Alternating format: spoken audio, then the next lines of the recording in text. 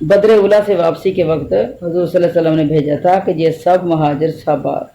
رضی اللہ تعالیٰ عنہ ان میں ایک بھی انصاری نہ تھا۔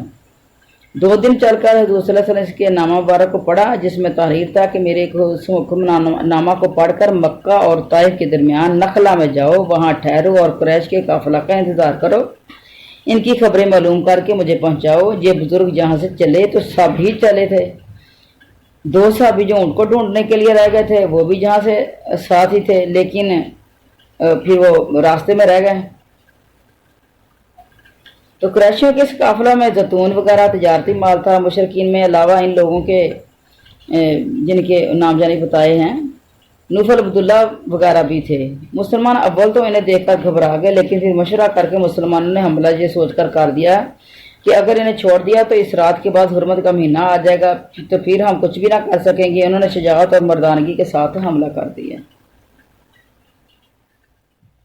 اور جو عمر بن حضرمی وہ تو مارا گیا،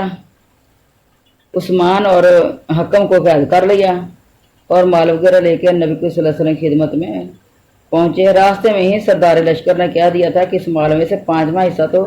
اللہ کے رسول کا ہے، چنانچہ یہ حصہ تو الگ کر کے رکھ دیا اور باقی مال صحابہ میں تقسیم کر دیا۔ اب تک یہ حکم نازل نہیں ہوا تھا کہ غنیمت میں سے 5واں حصہ نکالنا چاہیے۔ جب یہ لشکر سرکار نبی میں پہنچا تو آپ نے واقعہ سن کر ناراضگی ظاہر فرمائی اور فرمایا کہ میں نے تمہیں حرمت والے مہینوں میں لڑائی کرنے کو کب کہا تھا؟ نہ تو قافلہ کا کچھ مال اپنے لینا ہے اور نہ ہی قیدیوں کو قبضے میں کرنا ہے۔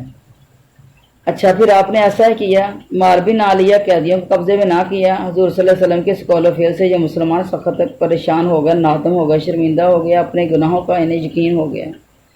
پھر اور مسلمانوں نے بھی انہیں کچھ کوسنا شروع کر دیا، کہنا سنا شروع کر دیا۔ ادھر قریشیوں نے تانا دینا شروع کر دیا کہ محمد صلی اللہ علیہ وسلم اور آپ کے صحابہ حرمت والے مہینوں میں بھی جدال و قتال سے باز نہیں رہتے۔ دوسری جانب یہودیوں نے ایک بدفعلی نکالی، چونکہ عمر کو قتل کیا گیا تو انہوں نے کہا کہ اب تو لڑائی جو ہے وہ اس کے نام کے ساتھ انہوں نے بدفعلیاں بنائیں کہ تو لڑائی جو ہے وہ اب خوب زور شور سے اور لمبی مدت تک چلے گی، یعنی مسلمانوں کے ساتھ ہے۔ تو یہاں جو ہے مشرکین کے اللہ تعالیٰ نے خلاف آیات اتاری، قدرت نے انہیں اس کے وقت کر دیا اور نتیجہ تمام تر مشرکین کے خلاف رہا، اور ان کے اعتراض کے جواب میں یہ آیت نازل ہوئی کہ اگر بالفرض جنگ حرمت والے مہینے میں ہوئی بھی ہو، یعنی مغالطے سے ہوگی، تو اس سے بھی بدترین تمہاری سیاہ کاریاں موجود ہیں۔ تمہارا جو فتنہ کہ تم اللہ کے دین سے مسلمانوں کو پھیرنے کی تمام تر امکانی کوششیں کر رہے ہو، یہ اس قتل سے بھی بڑھ کر ہے، اور تم نہ تو اپنے کاموں سے رکتے ہو، نہ توبہ کرتے ہو، نہ اس پر شرمندہ ہوتے ہو۔ ان آیات کے نازل ہونے کے بعد مسلمانوں نے اس رنج افسوس سے نجات پائی جو لوگ گئے تھے، اور حضور صلی اللہ علیہ وسلم نے قافلہ اور قیدیوں کو اپنے قبضے میں لے لیا۔ قریشیوں نے بھی آپ کے پاس قاصد بھیجا کہ آپ ان دونوں قیدیوں کا فدیہ لے لیجئے، مگر آپ نے فرمایا کہ میرے دونوں صحابی سعد بن ابی وقاص اور عتبہ بن غزوان جب واپس آئیں گے تو پھر اسے میرے پاس آنا، مجھے ڈر ہے کہ تم انہیں کو تکلیف نہ پہنچائیں، یعنی جن کے اونٹ گم ہوئے تھے۔ چنانچہ وہ آ گئے تو آپ نے فدیہ لے لیا اور دونوں قیدیوں پر رہا کر دیا۔ حکم بن قسام تو مسلمان ہو گئے اور حضور صلی اللہ علیہ وسلم کی خدمت میں ہی رہ گئے، آخر بیر معونہ کی لڑائی میں شہید ہوئے تھے، اور جو عبداللہ عثمان بن عبداللہ تھا وہ وہاں جا کے وہ کافر ہی مر گیا۔ تو اس آیت کو سن کر مسلمانوں کو بڑی خوشی ہوئی تھی، اور حضور صلی اللہ علیہ وسلم کی ناراضگی کی وجہ سے حرمت والے مہینوں کی بے ادبی کے سبب سے دوسرے صحابی کی جو ان کے اوپر باتیں شاتیں ہو رہی تھیں اس کی وجہ سے بھی انہوں نے نجات پا لی، ان باتوں سے بھی نجات پا لی۔ کفار کے تانا کے باعث جو رنج و غم ان کے دلوں پر تھا وہ بھی سب دور ہو گیا، لیکن اب یہ فکر پڑی کہ ہمیں آخرت کا اجر بھی ملے گا کہ نہیں، ہم غازیوں میں شمار ہوں گے کہ نہیں۔ جب حضور صلی اللہ علیہ وسلم سے یہ سوالات کیے گئے تو اس کے جواب میں یہ آیت پھر اتری ہے، یہ اگلی آیت کہ ان الذین، بے شک وہ لوگ، آمانو جو ایمان لائے، والذین اور وہ لوگ جنہوں نے ہاجروا ہجرت کی، وجاہدوا اور جہاد کیا، فی سبیل اللہ اللہ کے راستے میں، اولئکا وہی لوگ ہیں جرجونا امید رکھتے ہیں رحمت اللہ اللہ کی رحمت کی، واللہ اور اللہ غفور الرحیم اللہ بے حد بخشنے والا ہے اور نہایت رحم کرنے والا ہے۔ ان کی بڑی بڑی امیدیں بند گئیں اسلام اور کفر کے مقابلہ میں۔ کافروں میں سب سے پہلے یہی ابن الحضرمی مارا گیا تھا۔ کفار کا وفد حضور صلی اللہ علیہ وسلم کی خدمت میں حاضر ہوا اور سوال کیا کہ کیا حرمت والے مہینوں میں قتل کرنا جائز ہے؟ تو اس پر یہ آیت نازل ہوئی یسألونہ کا، اور یہی مال غنیمت تھا جو سب سے پہلے مسلمانوں کے ہاتھ لگا، اور سب سے پہلے 5واں حصہ حضرت عبداللہ بن حجش نے ہی نکالا تھا جو اسلام میں پھر باقی رہا، یعنی ان کی اسی بات کے مطابق ہی اللہ تعالیٰ نے پھر یہ حکم بھی لاگو کر دیا۔ اللہ کا یہ حکم بھی اسی طرح نازل ہو گیا، اور یہی 2 قیدی تھے جو سب سے پہلے مسلمانوں کے ہاتھ اسیر ہوئے تھے۔ آگے چلتے ہیں۔ یسألونہ کا، وہ تجھ سے پوچھتے ہیں، عن الخمر، خمر کے بارے میں، والمیسر، اور میسر کہتے ہیں جوے کو اور خمر کہتے ہیں شراب کو، اور اس کے علاوہ میسر سے مراد ہر وہ مال ہے جو آسانی کے ساتھ ہاتھ آ جائے۔ تو اس وقت جو صرف جوا ہی اس کا ترجمہ کیا گیا، تو جوا بھی ٹھیک ہے کہ جوے میں بھی آسانی سے مال ہاتھ آ جاتا ہے، لیکن اس کی وضاحت کافی زیادہ ہے، ہر وہ مال جو آسانی سے ہاتھ آ جائے۔ تو اس کے اندر جو لاٹری وغیرہ اور اس طرح کی جو شرطیں رکھ کے کام کیا جاتا ہے، تو یہ سارا کچھ اسی کے اندر آ جائے گا، کیونکہ آسانی کے ساتھ مال ہاتھ آ گیا ہے، کوئی کام نہیں کرنا پڑا۔ قل فیہما، کہہ دے کہ ان دونوں میں اسم کبیر، بہت بڑا گناہ ہے، دونوں میں، فیہما یہ تثنیہ کا صیغہ ہے، ہما اسم کبیر بہت بڑا گناہ، و منافع اور کچھ فائدے ہیں، للناس لوگوں کے لیے، و اسمہما اور ان دونوں کا گناہ ہے، اکبر زیادہ بڑا ہے، من نفعہما ان دونوں کے فائدے سے۔ اور یسألونک، اور وہ تجھ سے پوچھتے ہیں، ماذا ینفقون کیا چیز وہ خرچ کریں، قل العفو کہہ دے جو بہترین ہو، جو زائد بھی ہو، اس کا ترجمہ زائد بھی کیا گیا، بہترین بھی کیا گیا، قذالک اسی طرح، یبین اللہ اللہ کھول کر بیان کرتا ہے، لکم الآیات تمہارے لیے آیات، لعلکم تاکہ تم تتفکرون تم غور و فکر کرو۔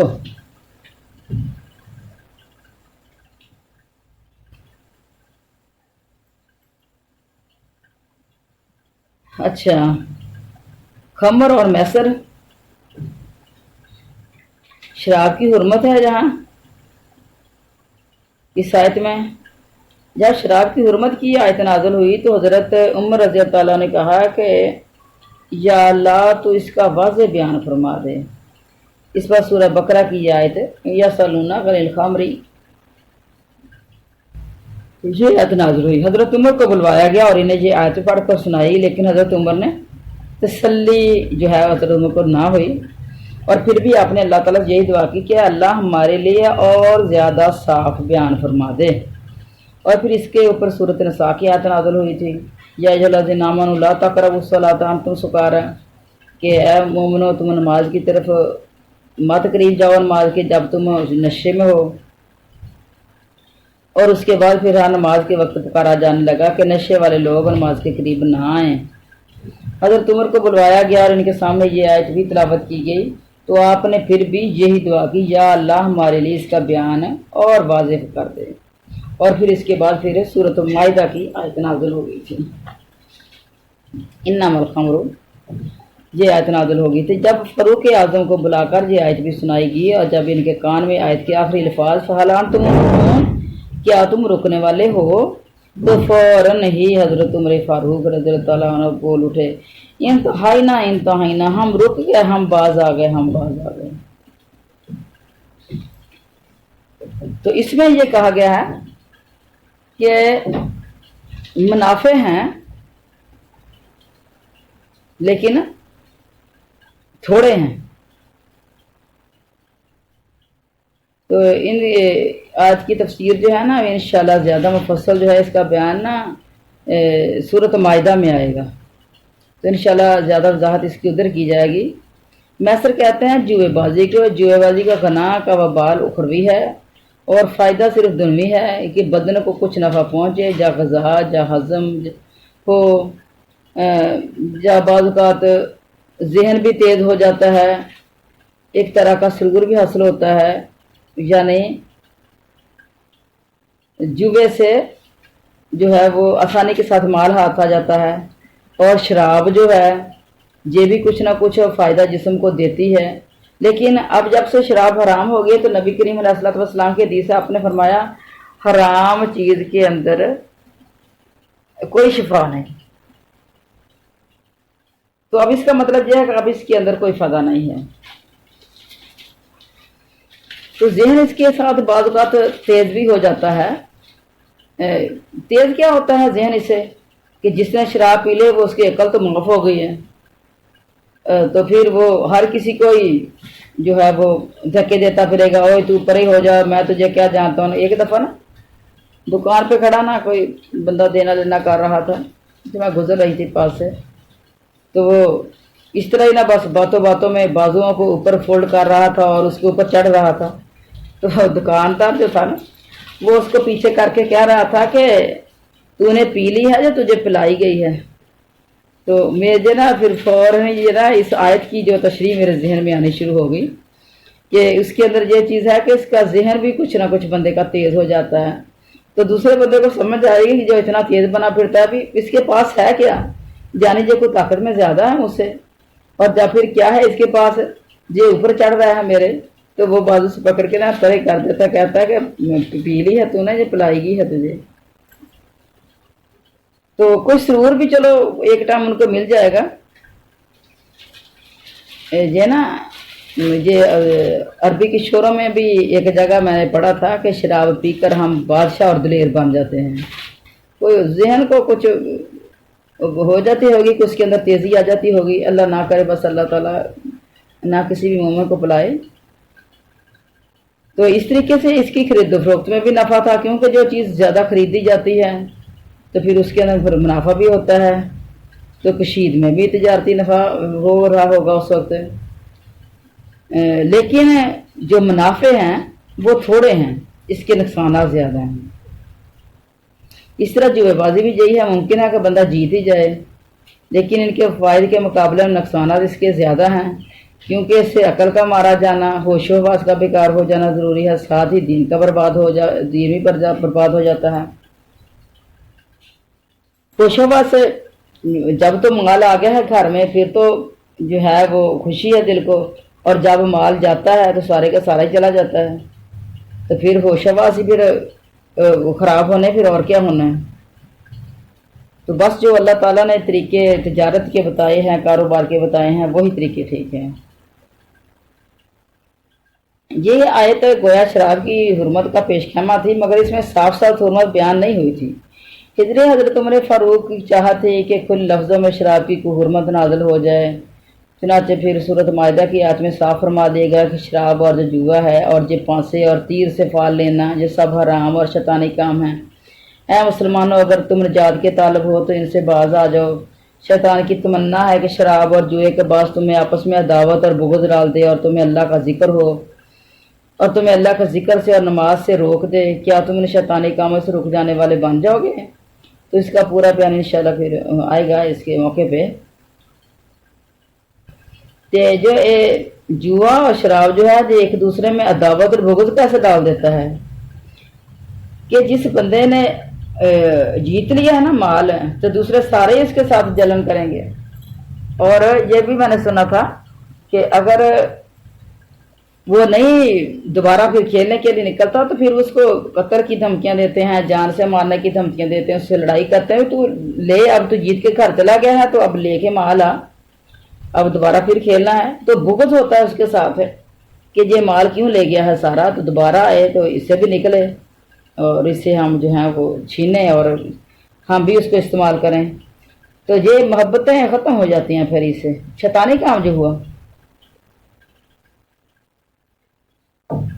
اچھا، فائدے تھوڑے اور گناہ زیادہ۔ اور دوسری کیا چیز ہے؟ دوسری چیز یہ ہے کہ پوچھتے ہیں تو اس سے کہ کیا خرچ کریں، آپ کہیں کہ جو چیز ضرورت سے زائد ہے یا بہترین ہے، دونوں معنی اس کے آ جائیں گے۔ حدیث پاک میں کہ حضرت معاذ بن جبل اور حضرت صلبہ رسول اکرم صلی اللہ علیہ وسلم کے پاس آئے اور دریافت کیا کہ حضور صلی اللہ علیہ وسلم ہمارے غلام بھی ہیں، بال بچے بھی ہیں اور ہم مالدار بھی ہیں، کیا کچھ اللہ کی راہ میں دیں؟ جس کے جواب میں قل العفو کہا گیا، یعنی جو اپنے بال بچوں کے خرچ کے بعد بچے۔ بہت سے صحابہ تابعین سے اس کی یہی تفسیر مروی ہے۔ اور حضرت طاؤس رحمۃ اللہ علیہ فرماتے ہیں کہ ہر چیز میں تھوڑا تھوڑا اللہ کی راہ میں دیتے رہا کرو۔ اور حضرت ربی کہتے ہیں کہ افضل اور بہتر مال اللہ کی راہ میں جو ہے وہ دینا چاہیے۔ سب اقوال کا خلاصہ یہی ہے کہ حاجت سے زائد چیز جو ہے وہ اللہ کی راہ میں خرچ کرو۔ حضرت حسن رضی اللہ عنہ فرماتے ہیں ایسا نہ کرو کہ سب دے ڈالو۔ حضرت حسن بصری کی شاید بات ہے یہ۔ اور پھر خود سوال کے لیے بیٹھ جاؤ۔ چنانچہ صحیح مسلم شریف میں ہے کہ ایک شخص نے رسول کریم صلی اللہ علیہ وسلم سے کہا، حضور میرے پاس 1 دینار ہے۔ آپ نے فرمایا اپنے کام میں لاؤ۔ کہا میرے پاس ایک اور بھی ہے، فرمایا اپنی بیوی پہ خرچ کرو۔ کہا ایک اور بھی ہے، فرمایا اپنے بچوں کی ضرورت پر لگاؤ۔ کہا ایک اور بھی ہے، فرمایا تو اسے اب پھر اپنی عقل سے تو سمجھتا ہے کس کو کہاں لگانا ہے۔ اور ایک حدیث یہ بھی ہے کہ اپنے غلام کے اوپر لگاؤ۔ اور پھر اس کے بعد کہا کہ اب تم جہاں تمہارا جی ہے وہاں لگا دو، جہاں تم سمجھتے ہو کہ جہاں ہمارا ٹھیک لگے گا۔ صحیح مسلم کی ایک اور حدیث میں بھی ہے کہ نبی کریم صلی اللہ علیہ وسلم شخص سے فرمایا اپنے نفس سے شروع کرو، پہلے اس پر صدقہ کرو، یعنی پہلے اپنی جان کے اوپر لگاؤ، پھر بچوں کے اوپر، بیوی کے اوپر، رشتہ داروں پر لگائیے، حاجت مندوں پر لگائیے۔ اور اس کے اندر ایک اور حدیث بھی ہے کہ سب سے افضل خیرات وہ ہے جو انسان اپنے خرچ کے مطابق باقی رکھ کر بچی ہوئی چیز کو اللہ کی راہ میں دے۔ اوپر والا ہاتھ نیچے والے ہاتھ سے افضل ہے، پہلے انہیں دے جن کا خرچ تیرے ذمہ ہے، یعنی جو رشتے ابھی آپ کو گنائے گئے ہیں۔ ایک اور حدیث میں ہے کہ اے ابن آدم جو تیرے پاس اپنی ضروریات سے زائد ہو اسے اللہ کی راہ میں دے ڈالنا تیرے لیے ہی بہتر ہے، اس کا روک رکھنا تیرے لیے برا ہے۔ ہاں اپنی ضرورت کے مطابق خرچ کرنے میں تجھ پر کوئی ملامت نہیں ہے۔ تو یہ زکوٰۃ کی آیات جو ہے نا، گویا اس کی آیت کی تفسیریں ہیں۔ یہی قول حضرت مجاہد کا بھی ہے۔ پھر ارشاد اللہ تعالیٰ فرماتے ہیں جس طرح یہ احکام واضح کر کے کھول کر ہم نے بیان فرمائے، اس طرح باقی احکام بھی وضاحت اور تشریح کے ساتھ بیان فرماتے جائیں گے۔ کذالک یبین اللہ، یعنی لکم الآیات، تمہارے لیے آیات، لعلکم تتفکرون، تاکہ تم غور و فکر کرو۔ وعدے وعید بھی صاف طور پر کھول دیے جائیں گے تاکہ تم دنیا فانی کی طرف بے رغبت ہو جاؤ، آخرت کی طرف توجہ کرو جو ہمیشہ باقی رہنے والی ہے۔ تو صحابہ کرام اس طرح کی آیات کو پڑھ کر آخرت کے بارے میں غور و فکر کیا کرتے تھے۔ تو حضرت قتادہ رضی اللہ عنہ فرماتے ہیں فکر کرنے سے صاف معلوم ہوتا ہے کہ دنیا پر آخرت کو کس قدر فضیلت حاصل ہے۔ بس عقل مند کو چاہیے کہ آخرت کی بھلائی کے جمع کرنے میں ہر وقت آخرت کی بھلائی کی کوشش میں ہی لگا رہے ہر وقت۔